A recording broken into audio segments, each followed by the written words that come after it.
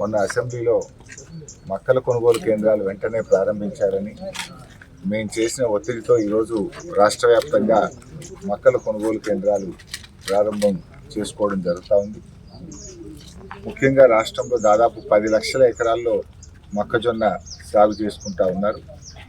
నిన్నటిదాకా మార్కెట్లో రైతులకు 1700 రూపాయలు కూడా ఒక క్వింటాల్కు రానటువంటి పరిస్థితి ఉంది. రైతులు బాగా నష్టపోతూ ఉన్నారు. 2400 మద్దతు ధర ఉంటే 1600-1700కే మక్కలు అమ్ముకుంటా ఉన్నారు. ఈ పరిస్థితుల్లో రైతులు నష్టపోవద్దు, వెంటనే కొనుగోలు కేంద్రాలు స్టార్ట్ చేయాలని మొన్న అసెంబ్లీలో గట్టిగా ఒత్తిడి చేయడం జరిగింది. ప్రభుత్వం దిగొచ్చి ఇలా రాష్ట్ర వ్యాప్తంగా కొనుగోలు కేంద్రాలు చేయడం జరిగింది. అయితే ఇప్పటికే కొంత ఒక 20-25% మక్కలు వెళ్ళిపోయినాయి, దళారుల చేతిలోకి వెళ్ళిపోయినాయి. ముందే స్టార్ట్ చేసి ఉంటే రైతులందరికీ మేలు జరిగి ఉండేది.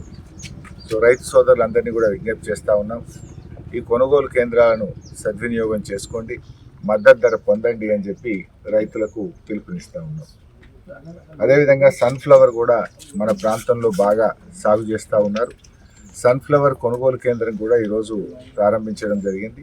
సన్ఫ్లవర్కు 7,721 రూపాయలు మద్దతు ధర ఉంది, 7,721. సన్ఫ్లవర్ రైతులు కూడా మరి ఈ కొనుగోలు కేంద్రాలు సద్వినియోగం చేసుకొని మంచి ఆదాయాన్ని పొందాలని చెప్పి కూడా రైతులకు పిలుపునిస్తూ ఉన్నాం. సన్ఫ్లవర్ షార్ట్ క్రాపు, అధిక ఆదాయం వస్తుంది, మంచి మేలు జరుగుతూ ఉంది, మంచి దిగుబడి కూడా వస్తూ ఉంది. మన ప్రాంతంలో ఇంకా ఎక్కువ సాగు చేయండి, రాబోయే రోజుల్లో పంట మార్పిడిగా ఉపయోగపడుతుంది, మంచి ధర కూడా ఉంది. మద్దతు ధర 7,721 రూపాయలు ఉంది కనుక తొందరగా కూడా అయిపోతుంది. షార్ట్ డ్యూరేషన్ క్రాప్, దీన్ని ఇంకా ఎక్కువ సాగు చేయాలని చెప్పి కూడా ఈ సందర్భంగా రైతు సోదరులకు పిలుపునిస్తూ ఉన్నాం. ఈ యాసంగిలో ఇంత మంచి దిగుబడి మన సిద్దిపేట ప్రాంతంలో వస్తుందంటే కాళేశ్వరం ప్రాజెక్టు యొక్క ఫలితమే ఈ అత్యధిక దిగుబడికి, ఈ పంటలు పండడానికి కారణం.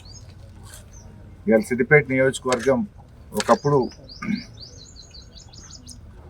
8,000 ఎకరాల్లో యాసంగి సాగు ఉంటే ఇవాళ 80,000 ఎకరాల్లో యాసంగి సాగు జరుగుతూ ఉంది. అంటే దాదాపు 10 టైమ్స్ పెరిగింది. 8,000 వర్సెస్ 80,000. అంటే ఇంత సాగు పెరగడానికి కారణం మరి కాళేశ్వరం జలాలు. నాకు బాగా గుర్తు, 2005వ సంవత్సరంలో కరువు వచ్చింది. కరువు వస్తే పశుగ్రాస కేంద్రాలు ఏర్పాటు చేసింది. చిన్న కోడూరులో, రాజగోపాల్పేటలో, నంగునూరులో పశుగ్రాస కేంద్రాలు పెట్టారు. అంటే పశువులను బతికించడానికి 40 లక్షల మెట్రిక్ టన్నుల గడ్డి తెచ్చి రైతులకు సప్లై చేస్తున్నారు. అంటే పశువులను బతికించడానికే గడ్డి తెచ్చుకున్నాం ఆంధ్రాకి. అప్పటి పరిస్థితులు అవి. ఈరోజు ఏంటి, కాళేశ్వరం వచ్చినాక కరువు అనేది సిద్దిపేట జాడలో కూడా లేదు కదా. కాలమైనా కాకపోయినా 2 పంటలు పండుతూ బంగారమౌళి ప్రాంతంలో రైతులు పంటలు పండిస్తున్నారు.